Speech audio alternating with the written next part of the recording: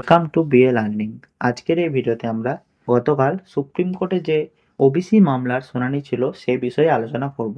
এই ভিডিওতে আমরা জানবো যে এই মামলার কী রায়দান হলো। তো চলুন সরাসরি প্রবেশ করি আজকের ভিডিওর মূল বিষয়বস্তুতে।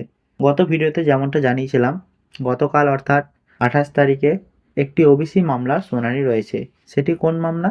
সেটি হলো যে রাজ্য সার্ভে করার পর 140টি জনজাতির নতুন ওবিসি লিস্ট প্রকাশ করেছিল, সেটির উপর কলকাতা হাইকোর্ট থেকে স্টে অর্ডার দেওয়া হয় এবং রাজ্য এই স্টে অর্ডারকে চ্যালেঞ্জ করে সুপ্রিম কোর্টে মামলা করে।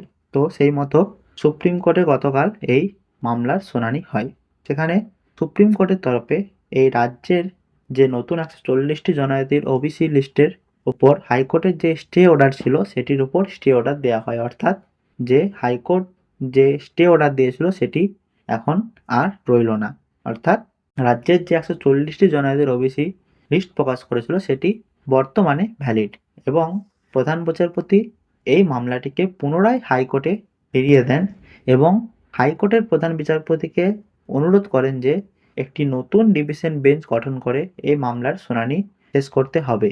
এই মামলার শুনানি শেষ করতে হবে 6 থেকে 8 সপ্তাহের মধ্যে, অর্থাৎ আগামী 2 মাসের মধ্যে এই মামলার শুনানি শেষ করতে হবে, এমনটাই প্রধান বিচারপতি কলকাতা হাইকোর্টের বিচারপতিকে আদেশ বা অনুরোধ করেছেন। এরপর আসি ওবিসির যে মূল মামলাটি রয়েছে সেটির উপর।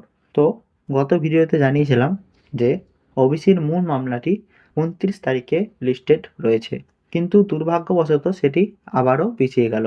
আমরা দেখে নিই সেটি আবার কত তারিখে রয়েছে। তো আপনারা দেখতে পাচ্ছেন, the State of West Bengal versus Amal চন্দ্র।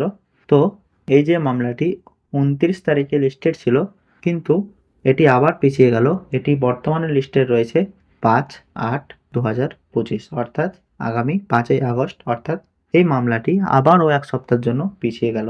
অর্থাৎ এই যে মামলাটি রয়েছে এই মামলাটির শুনানি কিন্তু দিন দিন পিছিয়েই যাচ্ছে এবং এটি অনিশ্চয়তার মধ্যে চলে যাচ্ছে। দেখা যাক এই মামলার শুনানি কখন শেষ হয়। আশা করা যায় এই যে হাইকোর্টের মামলাটির শুনানি হবে তারপরে এই মামলাটির শুনানি হবে, তার আগে নয়। তো রাজ্য কিছুটা স্বস্তি পেয়েছে নিশ্চয়ই, কারণ এই যে বর্তমানে লিস্ট রয়েছে সেটির উপর দিয়েই রাজ্য নিয়োগ প্রক্রিয়া এবং ভর্তি প্রক্রিয়া সমস্ত চালিয়ে যেতে পারে, এমনটাও প্রধান বিচারপতি নিজের রায়ে উল্লেখ করেছেন।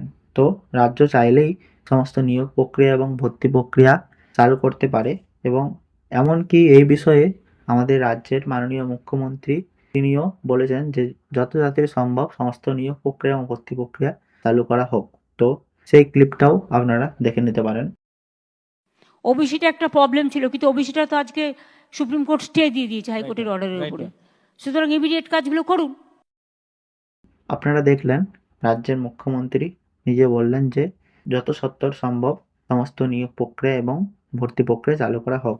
কিন্তু এরপর দেখা যাক এটা কি শুধুমাত্র কথায় কথায় বলা হলো নাকি এটি বাস্তবায়নও হয়, সেটার উপর আমাদের সকলের নজর থাকবে।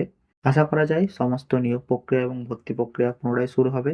আপনারা আপনাদের প্রস্তুতি নিতে থাকুন। তো আজকের এই ভিডিও এই পর্যন্তই। ভিডিওটি ভালো লাগলে একটি লাইক করে দেবেন এবং চ্যানেলটি সাবস্ক্রাইব করে সাথে থাকবেন এরকমই সমস্ত খবরের সাথে আপডেট থাকার জন্য।